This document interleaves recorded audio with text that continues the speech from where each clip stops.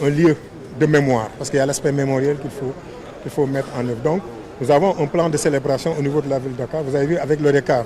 nous avons signé une convention pour vulgariser ces jeux. Avec la BOL aussi, avec Galofal, nous allons signer une convention la semaine prochaine pour un grand spectacle sportif que nous allons développer au niveau de la ville de Dakar. Tout ça entre dans le cadre de l'animation, de l'appropriation de ces jeux, et qu'à chaque fois que les gens voient le Sénégal, qu'ils sachent que tout le monde est uni pour accueillir ces jeux qui, il faut le rappeler, c'est extrêmement important, se déroulent pour la première fois en Afrique et au Sénégal. Le Sénégal sera, dans l'histoire de l'olympisme, le premier pays à avoir accueilli les Jeux olympiques. Dakar aussi, dans l'histoire de l'olympisme, fera partie des grandes villes olympiques. Elle est déjà une ville olympique déjà, donc au niveau du comité, mais au moins Dakar, historiquement, sera cataloguée comme la première ville africaine à avoir accueilli ces Jeux. Monsieur le maire,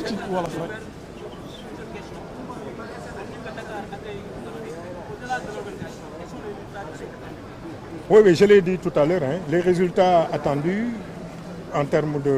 de façon immédiate, au-delà de l'héritage, mais au moins l'appropriation et l'animation. C'est ce que j'ai dit tout à l'heure.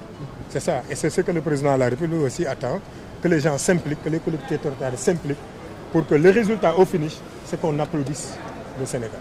Monsieur le maire, ci wolof rek nga tënkal ñu visite président bi ci ñaari infrastructure yi réceptionné na ko naka nga ko jàngatee ak naka la ville de Dakar bu fas yéene taxawee pour maintien bi suivi bi ak héritage bi. waaw moom laa wax tout à l'heure léegi ci tubaab da nga boole yu bari li ñu jotee gis nag dal na suñu xel tey je crois que président rek wax na ko ànd nañ fi ñaari yoon ba ñetti yoon muy xool état d'avancement travaux yi parce que dafa waxoon moom personnellement moo ciy veillé parce que effectivement image du Sénégal moom la ñuy dawal donc li ñu gis dal na suñu xel daanaka liggéey yu seesawaan rek moo fi des mais infrastructure bi nii gis fële ci Tour de l'Oeuf ak fii suba mën nañ fi am activité sportive donc loolu bokk na suñu niveau de satisfaction comme ni ko président de la République waxee li ci gën a am solo nag mooy li mu wax mooy héritage bi maanaam jumtukaay bu paree naka la ñuy def pour gën ko suqali naka la collectivité territoriale yi aussi dugalee seen loxo pour que jeux yi bu ñu paree sax ci lii héritage bi naka la ñuy def ba mu gën a ñoŋ ñu gën ko taxawal mais aussi ci li mu woote woon ci conseil présidentiel bi mooy ne collectivité territoriale ñëpp nañ ci dugal seen loxo parce que Sénégal mooy accueillir du ville de Dakar maanaam Abass Fall wala président la mais Sénégal la donc ñëpp dañ ci war a jàpp appel boobu wax na ko conseil présidentiel tey tamit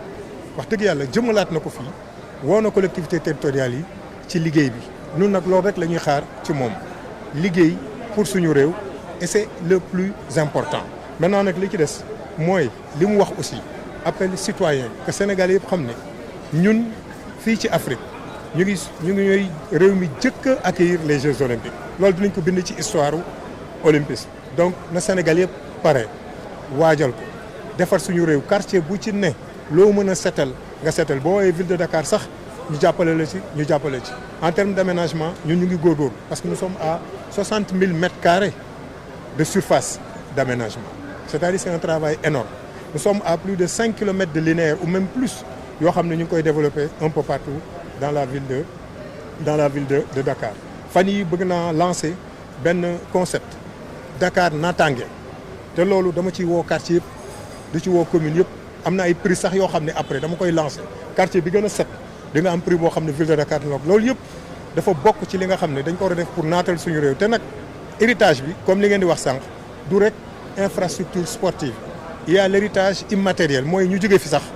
setoon nañu mais ñu gën a set ñu jóge fi léegi am culture de nettoiement am culture de de propreté loolu mooy appel citoyen bi ma bëggoon def di sant ñëpp di leen gërëm ci gunge bi ngeen ñu gunge ci tournée bi jërëjëf merci Kéwoulo